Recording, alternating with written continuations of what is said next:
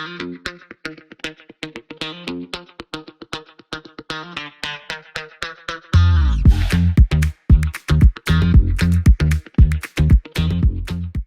EVO, this one comes from a recent Politico article where it says, in a survey of EV drivers, the auto consultancy J.D. Power found that 1 in 5 sessions failed to deliver a charge on the public charging network. Wow, really starting us off with a softball, aren't you? Well, look, if we're going to do this, we've got to do it right. Fair enough. There are a lot of reasons why a charge may not start correctly, and many of those are to do with the equipment, our equipment, and we're addressing those through our Renew program. But we're also found that there are issues in terms of driver education.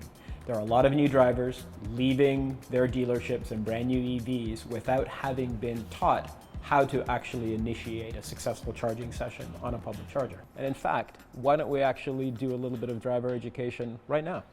All right, Dennis, so let's go through a quick education of how to use one of our chargers. So the instructions are right here on the screen.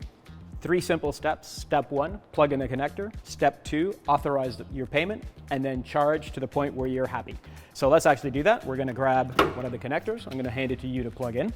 Thank you. One thing to note is that we get a lot of calls where we discover that the connector is actually not connected to the car. It's very important to make sure that you hear the click when you're plugging it in.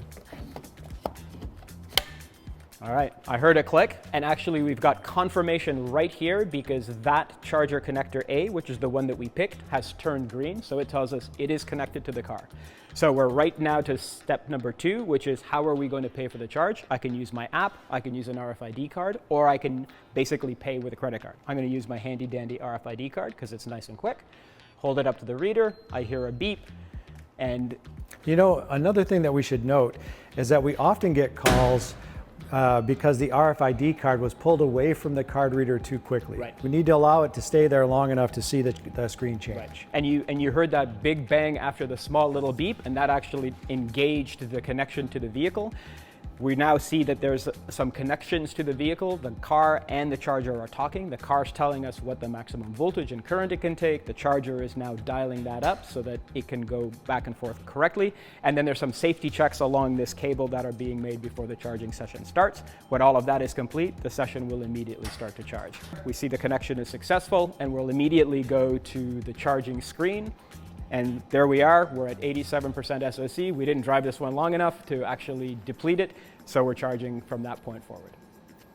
And EVO, how do you stop the charge? Great question. So it is not this big red button that's on the charger.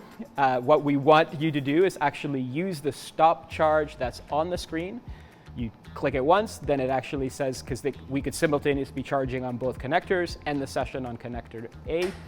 If we were using Autocharge Plus, what would the process look like? Oh, it would have been even faster. All we literally would have done is unplugged that connector, plugged it into the vehicle, because at that point in Autocharge Plus, the vehicle is both identification and authentication. So it's those first 2 steps all in one. You plug in, you'd hear the click, and it would start to charge after going through all those safety and communications checks. Autocharge Plus is the way to go. Definitely.